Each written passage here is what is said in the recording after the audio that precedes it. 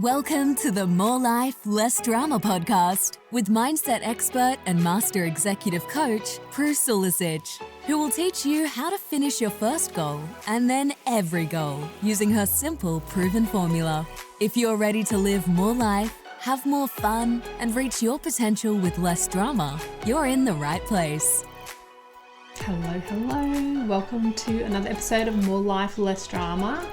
I'm really glad to have you here listening to the podcast, and I appreciate your commitment to tuning in and getting these little snippets of information to help you live a life of less drama. Because remember, as we come up to the end of the year, that is what my mission is for this podcast. It is for you to have a life that you feel relaxed in. Wouldn't that be nice? A relaxed life. So you're not on high alert all the time for all the drama, like trying to carry all the drama. Instead, you have decided that you are going to teach yourself and learn how to be in less drama. So you're going to live more life. Because once you learn the art of managing your own mind around carrying the drama or being in drama in your life, you get freedom. Freedom to expand your thinking beyond how you've always done it. Freedom to step into achieving your goals differently and with more ease.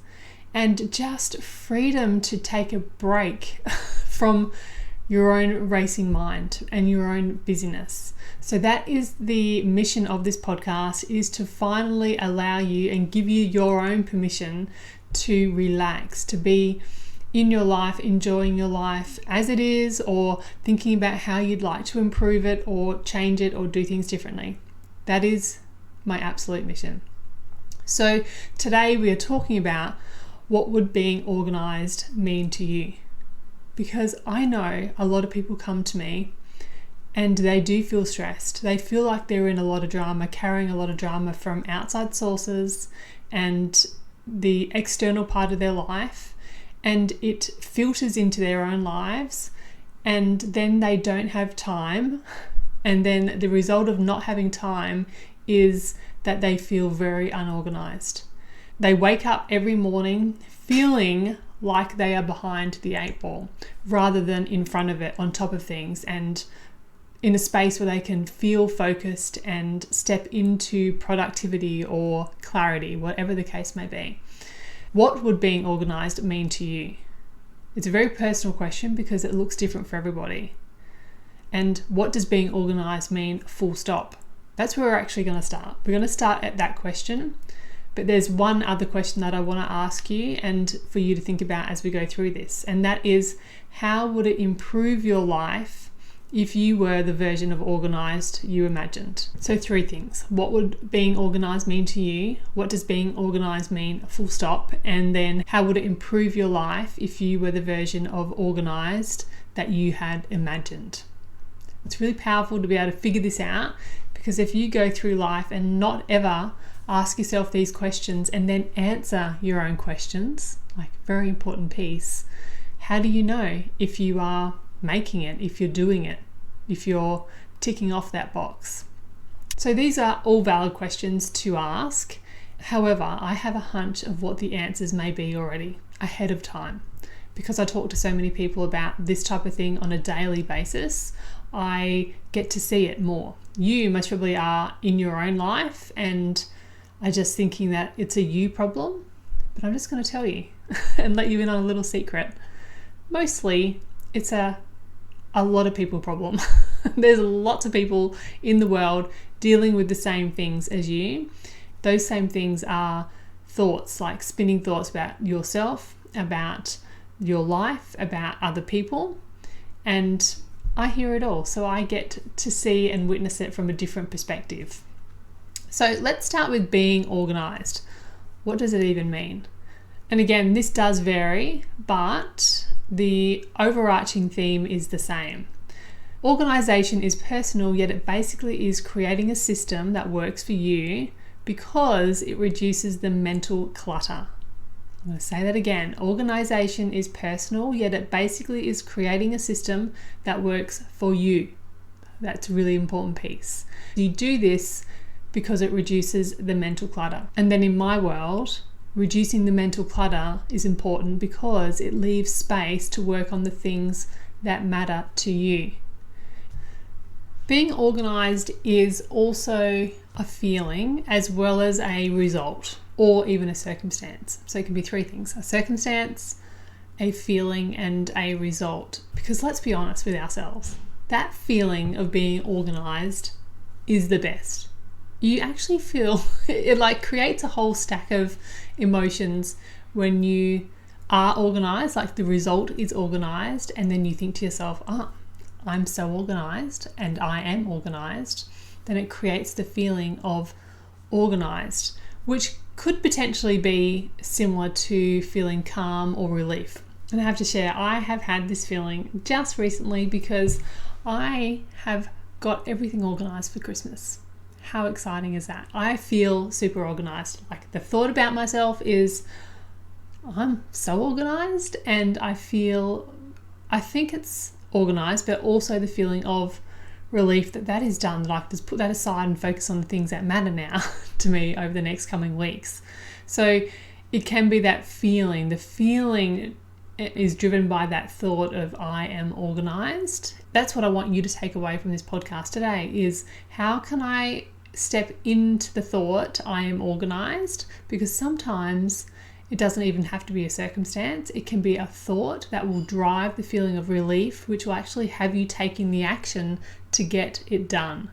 So you can reverse engineer this and use it for you and for the purpose of being organised if you're currently feeling unorganised. Does that make sense? So I'm a big believer that our thoughts create our feelings, the feeling of organised, which then drive our actions, and our actions then give us our results of being organised. So how can you step into, in advance, before the result is even there, that you are organised, and that will propel you to take action to match that state? I am organised, so this is what it looks like, and now it's just like done energy, and I'm just going to get it done. It's a really powerful way to think about becoming organised, because your thoughts become your results. So if you are constantly saying to yourself, I can never get organised and I'm not an organised person, your results will always be that. And so let's step into I am organised, or I am not that organised but I'm working on it, as like a ladder thought to get you into the state of I am organised, because potentially that's what you want to be. You want to be organised in your life. Who doesn't? Because organisation does create freedom. And again, the caveat is it's different for everybody.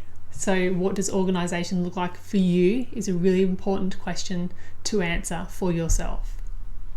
So let's just have a look at what organisation could look like for you. And remember, I talk to lots of people, so I have a hunch at maybe what this looks like, and it's out in the world as well. So being organised can look like having clarity about your priorities, knowing what you want to do and how you want to do it. That's being organised. Maybe it's knowing where your time, energy, and resources are going at any particular point in your day, week, month, or even potentially your year.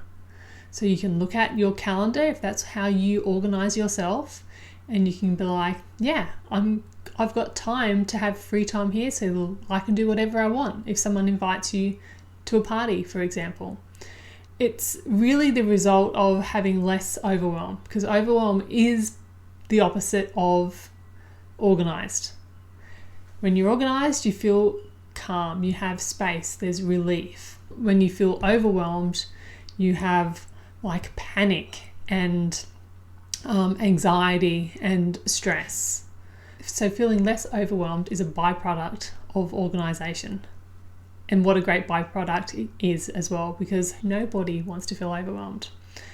People want to know and be prepared for what's coming as much as they can. So what does organisation not look like? It doesn't look like having a perfectly clean space. People confuse this for organised. That might work for Jane down the road, but for you that might not be even something that is a top priority for you. It doesn't look like having a super rigid schedule. In NLP, we talk about those with the most flexibility win. And when I'm saying win, I'm talking about win the game of life, like win life for you. And it is 100% true, because when you have a rigid schedule, if you think that's what organised is, you might have some challenges along the way. So being organised doesn't mean having a rigid schedule. Actually, being organised means know what's going on at a certain point in time with flexibility. Being organised doesn't look like living by someone else's system, especially if it doesn't suit your life. Have you ever tried all those different systems that have potentially been sold to you about organising yourself? I know I have. I've pretty much tried them all. The one that I have tried the most is diaries and organisation schedules, like written diaries. Like, I have tried a gazillion of those and I keep buying them, but this year I'm not buying myself one because it doesn't work for me. Having a written diary does not work for me. I've tried it. My online calendar is the thing that works for me, so I'm just leaning into what works. So if you've been sold to that this is the thing that will have you organised, be warned. There is never one thing for everybody. It takes some trial and error to figure out what works for you. Being organised also doesn't look like being productive all the time. It's a huge false theory. So organised does not equal busy. You might be a person that is busy and organised, and it doesn't always have to be that way. Some people can be super organised and have heaps of space and downtime, and that is okay as well. There is no right or wrong here. There is also that emotional side of being organised that I've already touched on, and it's that reducing the stress, reducing the worry about forgetting things and running out of time. This is why it's really important to know yourself and get to know yourself, and which is why personal development is really highly effective and important in my world. If you get to know yourself so well, you understand what works and what doesn't work for you. Like, I know that I am a gut instinct type of person, so I can't explain why I feel good about something or negative about something. I just have an instant gut reaction, and to me, leaning on that is really important. Some people need the logical explanation, and that's okay for them too. It doesn't mean that that doesn't work for them, or that's not a bad thing or a good thing. It just is the thing that works for them. What also I know about myself is that planning two things far in advance doesn't work for me. Some things have to be planned in advance, like further in advance, and that's totally fine. Like, I've got flexibility. But if I plan too far in advance, for example, preparing presentations and preparing things that need to go out at a later date, that doesn't actually work for me. I like to leave things in a time frame where there is a little bit of pressure that actually forces me to focus, and I have attempted to override this by doing all the scheduling and things like that.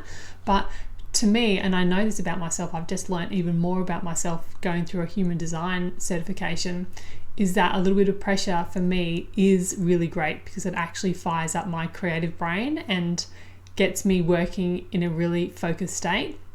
And I have known this for a while. Now I actually I put things in the schedule and I'm like, I'm going to do it there. So for example, I am doing a feature presentation tomorrow for my networking group. And I've known about it for maybe a month, I suppose, maybe a month and a half. And some people would be like, okay, I'm going to get that done super soon. I'm going to start working on it and preparing it. Me, I don't need to prepare it until this week. It's getting done tomorrow. I literally finished it last night. So I had 36 hours in advance that I finished my presentation, and that is enough time. I needed the amount of time and the pressure to show up and get it done with focus. Like, I literally got it done so quickly. If I started 6 weeks ago, I would have spent 6 weeks tweaking it and thinking about it. Instead, I say to myself, and this is the hack that I do for myself, and it might be helpful for you too, when I put things like that in the schedule, I'm like, I'm just going to do it this week. So the presentation has been on my calendar for this week to do. And any time prior to this week when my brain says, oh, I've got to do that presentation, I remind myself I've got it scheduled in for this week. So I can then leave it, take it out of my brain, and not to have to worry about it in advance, like so far in advance. And I just get to then focus on the things that I'm meant to focus on last week and the week before that, in the 6 weeks leading up to it. So that is a really great hack for me, and that's me getting to know me. I'm not saying that that's the right way for you, and I'm not saying that it's the perfect way, but it works for me right now, and I'm leaning into what works. And yeah, so try it out. So being organized doesn't always have to mean being super prepared in advance, like months ahead of time. It just means knowing yourself and figuring out what works for you. Okay, so let's just get into a little bit of grittiness now, like into the day-to-day of what organisation can look like. And I'm curious to hear people's response to this, because everything, again, is relevant to your own life, and it is important to lean on and do things in your own life to see if they work, and if they don't, like move on, like fail fast from it and then move on to the next thing. And so things to feel organised in your life. So for me, feeling organised in my daily life looks like waking up, making my bed. Tick.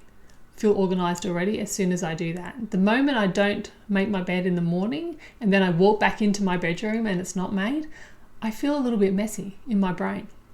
And so ticking that box first thing and creating a habit from that is really important to me. So it's like building these small habits that build organisation as a whole, and then that can calm your mind down to tell you that you are organised and you're prepared and you've got some structure and organisation, and therefore you can go out and focus on the things that you need to focus on, rather than worrying about all the little things that need to get done that potentially could be on some sort of habit loop.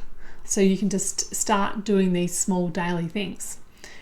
It's about creating that routine that simplify your day. What does that look like for you? Does that mean making your bed early in the morning? Does that mean going to the gym early or later? Does it mean making breakfast and all your food the night before or the weekend before and getting meal prepped for the whole week? What does that look like to you? But planning for tomorrow is usually a bit of a hack that I like to teach, that teaches people if they like to do it that way or not. Some people, when I say to them, all you need to do is plan 24 hours in advance, they're like, oh no, I'm going to do everything on a Sunday and just get it all done, all in one hit. Totally fine. That works for you. Some people only have the capacity and need the pressure, like I was talking about earlier, of the 24 hours. It's like, all you need to do is look 24 hours in advance. And a lot of people are like, oh, that's easy. And it is easy because genuinely we know what we're doing in the next 24 hours. So things to put into those 24 hours could be things like the habits that you do around cleaning, washing, picking up kids, spending time with your partner, reading or researching, doing some study, those types of things, prepping food. So anything that you can prepare in advance that is going to help you create a routine and a structure, and therefore have the result of feeling organised, I would highly recommend you trying out. It could also mean pruning unnecessary commitments. So looking at your week in advance or 24 hours in advance and saying to yourself, is that really necessary? And then maybe declining the invitation if that's what that looks like, or freeing up space in your calendar for free time where you're not allowed to put anything else in that involves making commitments to others. I see this a lot of the time. People are so exhausted because they overcommit themselves. I myself don't have this problem, but I know a lot of my clients do. So if you're that person that is always overcommitting themselves, I would just say, look, you are allowed to decline an invitation. It's totally okay. Other things are keeping a list of priorities written somewhere. so you know and have clarity about what is important to get done. Our brain is a terrible filing system, so if you think, oh, I'll just create a list in my mind and like have this running list, your brain is going to feel very unorganized, because our brains aren't meant to be list builders or filing for all those everyday things. So keep a list written or in your calendar or a document or something to get it out of your brain and onto some paper. So the biggest takeaway that I want you to take from this conversation is, what does organised mean to you? And how would it improve your life if you were that version of it? Because I can't do the work for you, and because I know that this is such an important topic, it's a topic that actually gets people to me. So when someone's thinking about working with me, usually what happens is they feel that they need the extra support to be organised, or that they're too busy and that they haven't got enough time. And so the pain of that has them coming to me because they're like, I'm not getting anything done and I need someone to support me with that. And so if you can help yourself to answer these questions, what being organised means to you and how could it improve your life if you were, it will allow you the space to understand what you want in life, which is the key to everything. And if you do want some support, the Finishers Club is open for enrolment. So if you haven't heard about what the Finishers Club is, it is a group coaching and digital course container. When you enroll, you get immediate access to your personal dashboard, and the course is available to you immediately.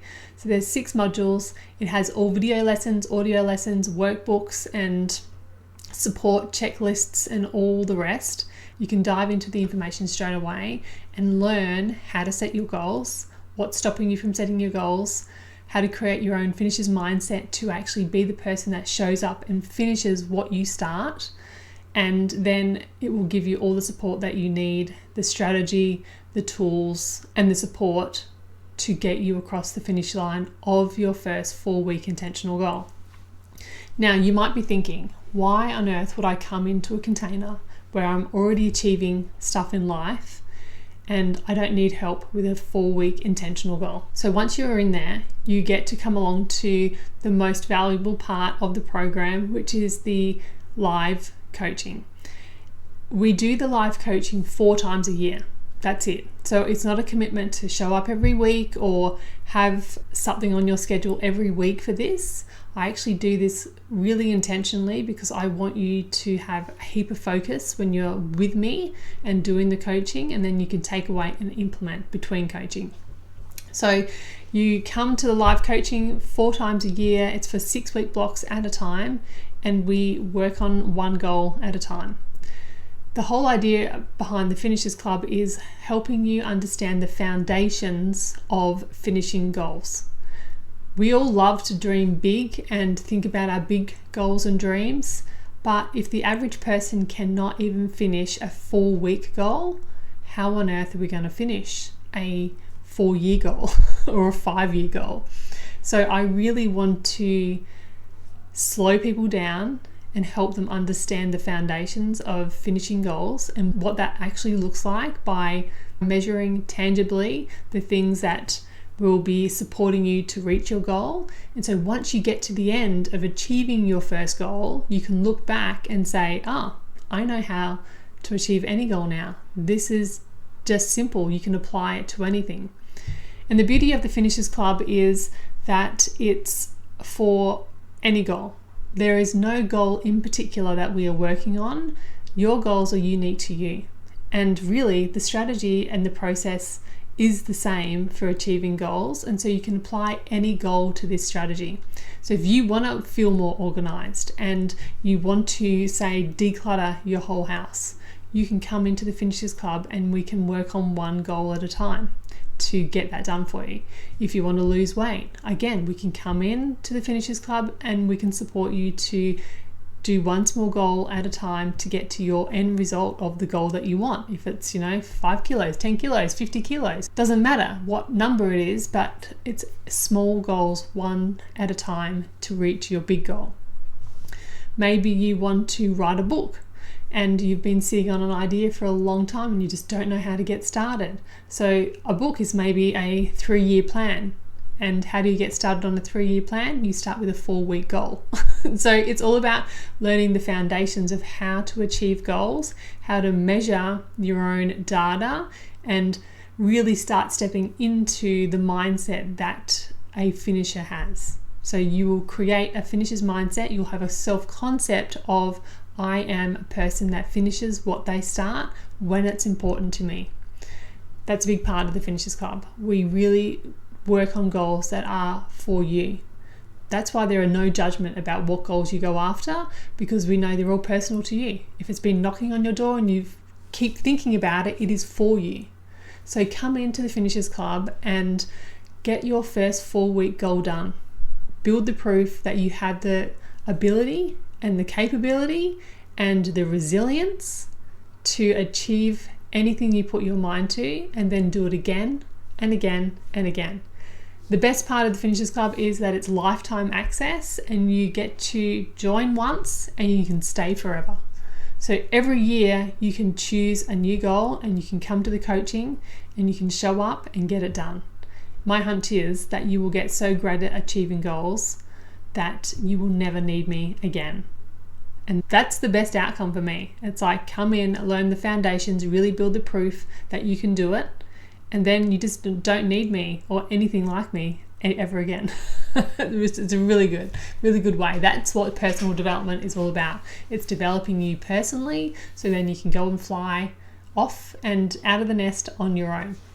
Okay, so my friends, that is it. I hope this has helped and given you an understanding about the feeling of organised and being organised and what it could look like for you. And I would love you to do the work and answer those questions. And then if you are so inspired, I would love to see you inside the Finishers Club, where we can cement those foundations in and get you achieving your 4-week goals again and again until one day you'll wake up and you'll have achieved a 4-year goal. Okay, my friends, that's it. I'll talk to you all soon. Bye-bye. Thanks for listening to More Life, Less Drama. If you're ready to finish your goals, Prue invites you to join her inside the Finishers Club, where you will learn how to finish your first intentional goal, the hardest part, then complete every goal you set your mind to using her simple formula. Visit head-coach.com.au to get started today.